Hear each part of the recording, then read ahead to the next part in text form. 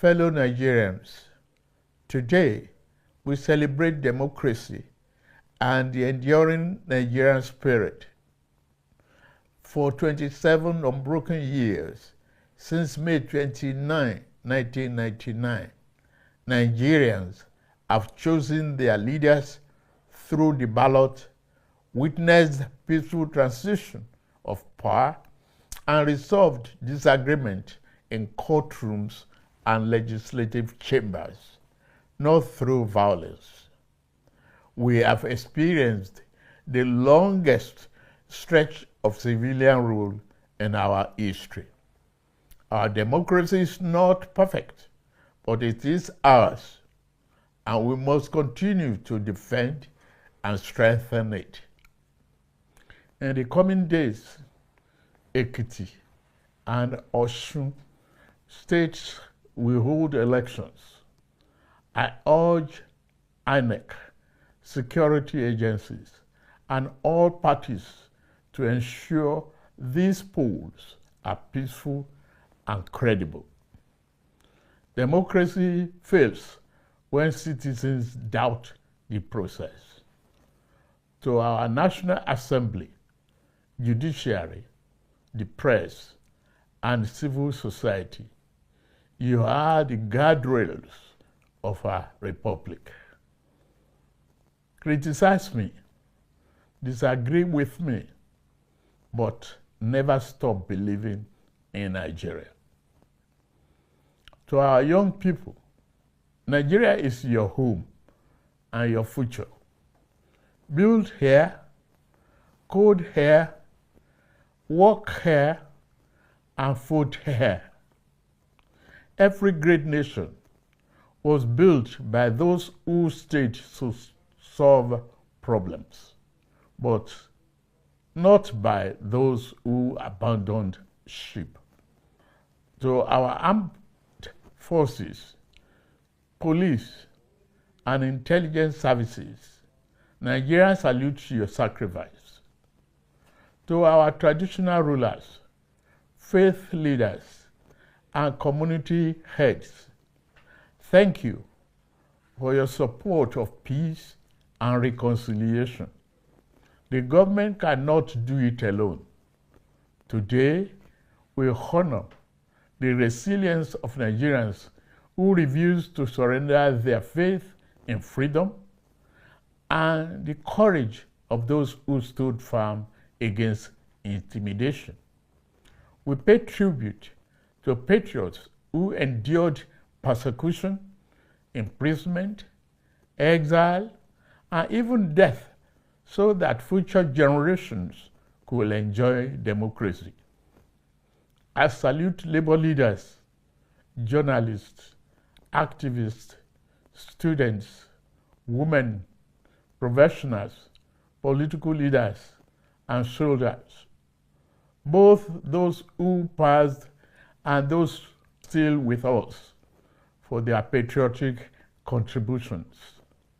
Though this year's mood is dampened by the abduction of our children in Oyo and Borno, we remain hopeful for their safe return. Democracy without security is not solid enough.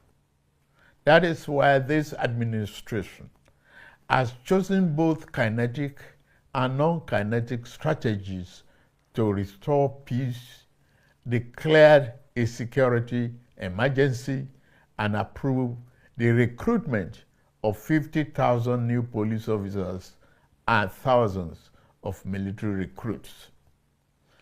Our 2026 budget commits 5.41 trillion, our largest ever, to defense and security.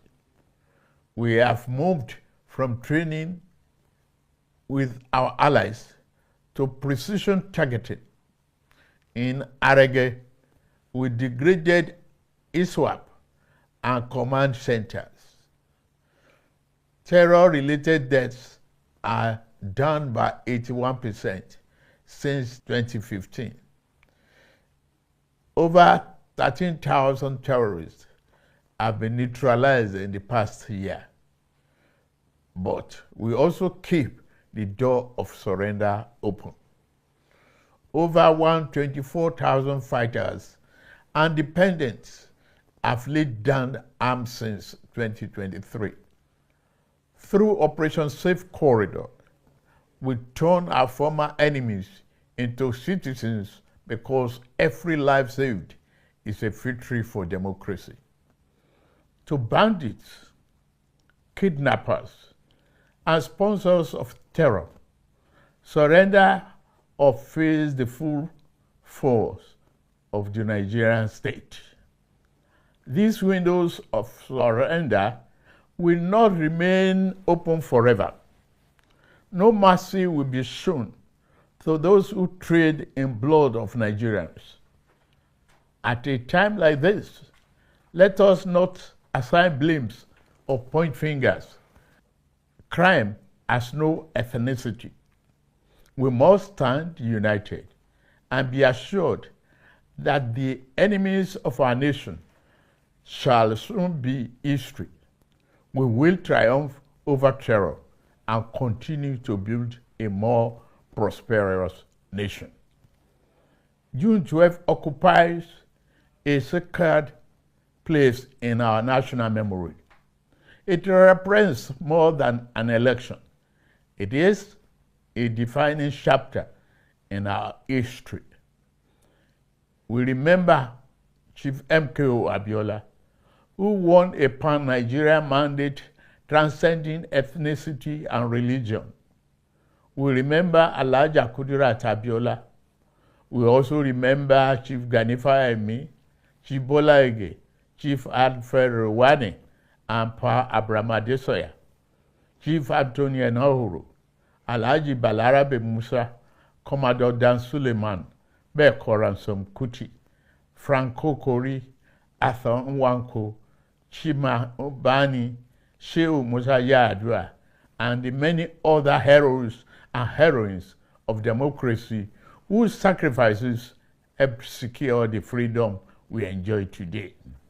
As beneficiaries of their struggle, we have a duty to strengthen and deepen the democratic institutions for which they fought. The greatest tribute we can pay is to build a Nigeria where freedom is protected, justice is upheld, opportunity is expanded, and government is accountable.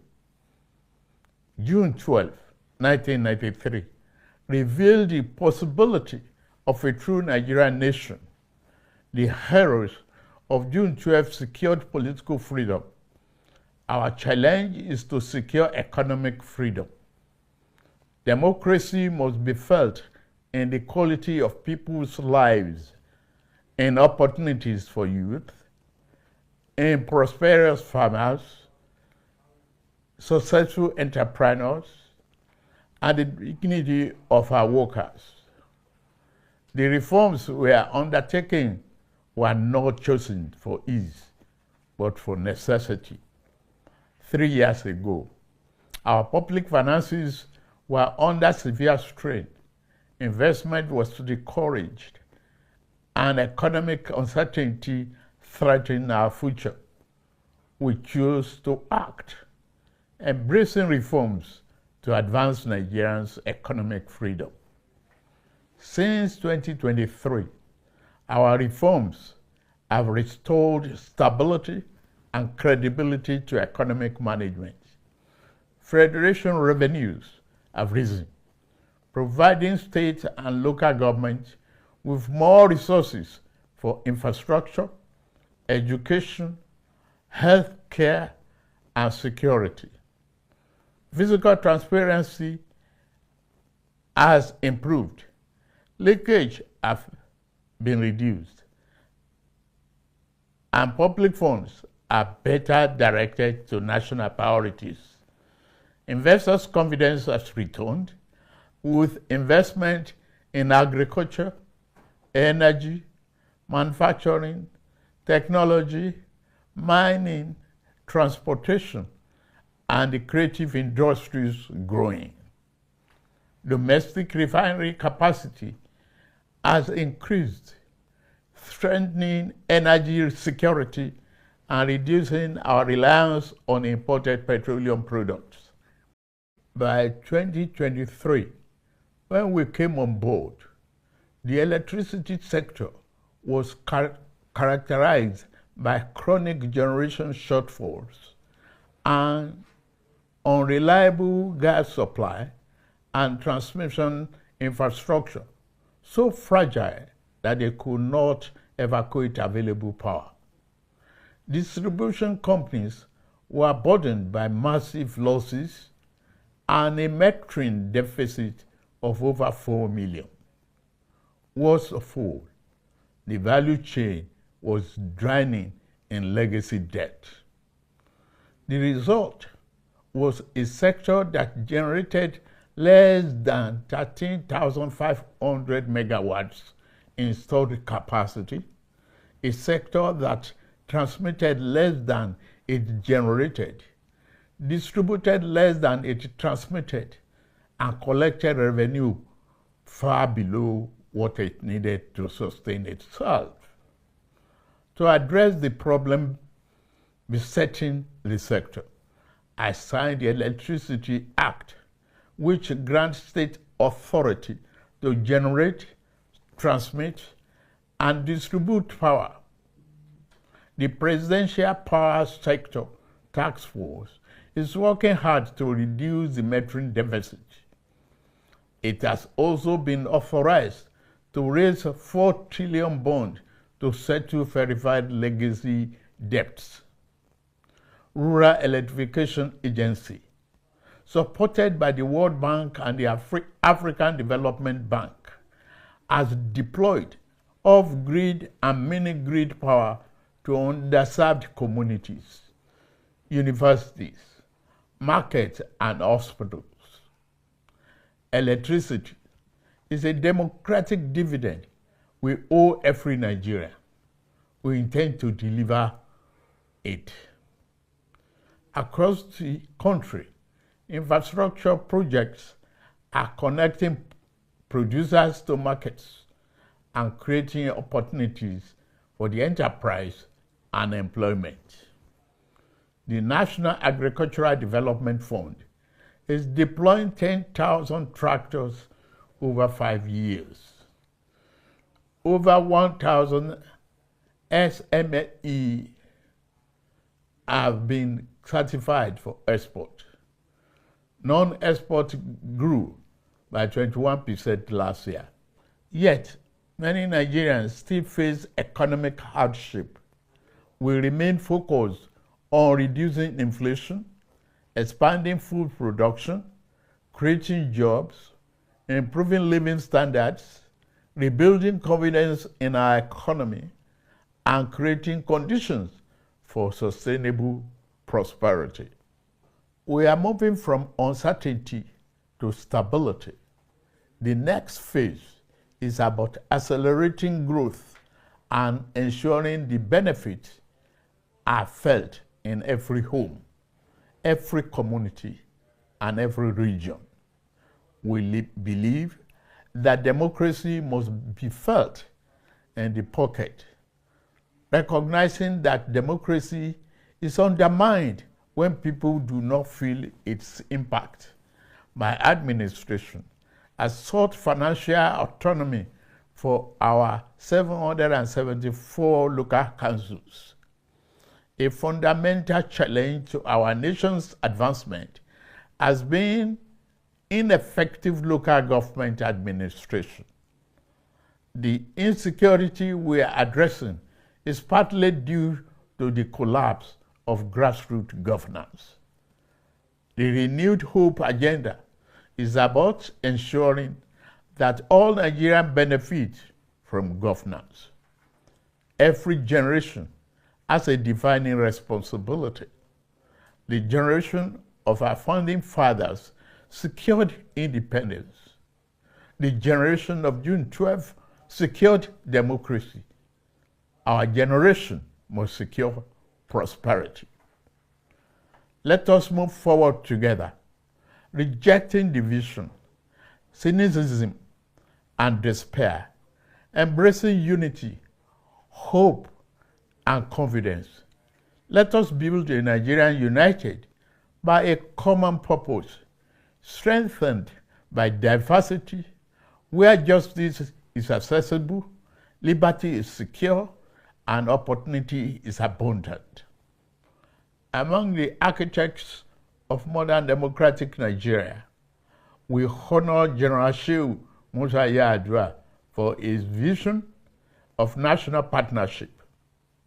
In recognition of his contributions, the federal government has approved the refertilization and renaming of the completed Institute of Petroleum Studies, Kaduna, as the General Musa Yar'Adua University of Geological Sciences and Engineering Technology. I'm also pleased to announce the national awards to the following Nigerians who suffered persecution, endured indignity, exile, incarceration, and at times solitary confinement, so that we have democracy today.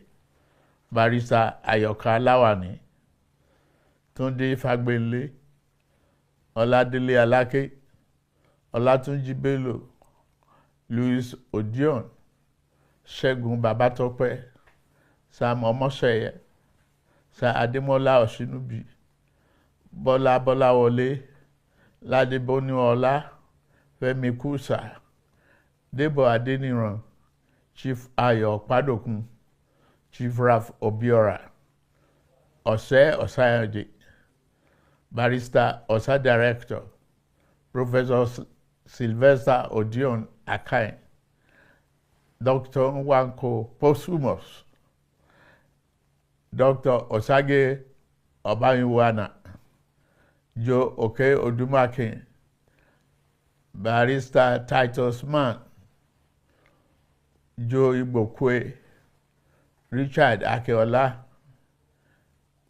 Ben Charles Obi, Posthumous, George Umba, Niran Malaolu, Major General Shola Williams, retired, Femi Aborishade, Jenkins Alumona, Gbemiga Ogunleye, Muyiwa Adekaye, Babajide Kolade Otitoju, Ike Okonta.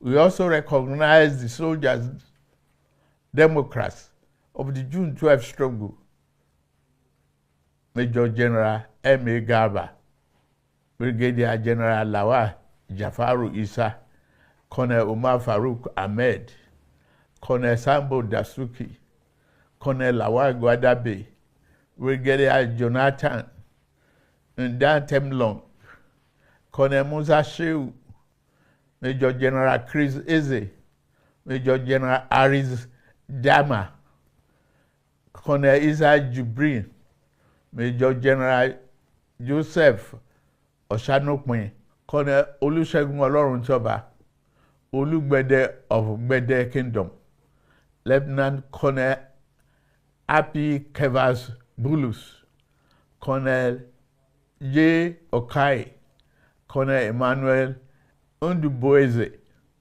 Lieutenant Colonel Yakubu Muazu, Brigadier Yaya Abubakar, the current Esu Nupe, who is already the holder of CFR title.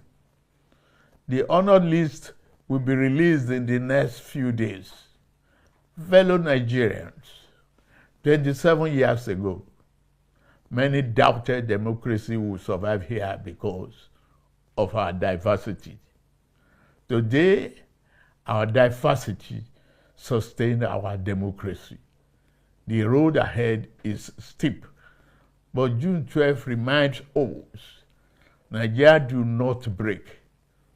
We bend, we bleed, but we do not break. Let us renew our covenant that the labors of our heroes past shall never be in vain, and that our government of the people by the people, for the people, shall not perish from this land. May God bless the heroes of our democracy. May God bless the Federal Republic of Nigeria. May God continue to bless us all. Happy Democracy Day.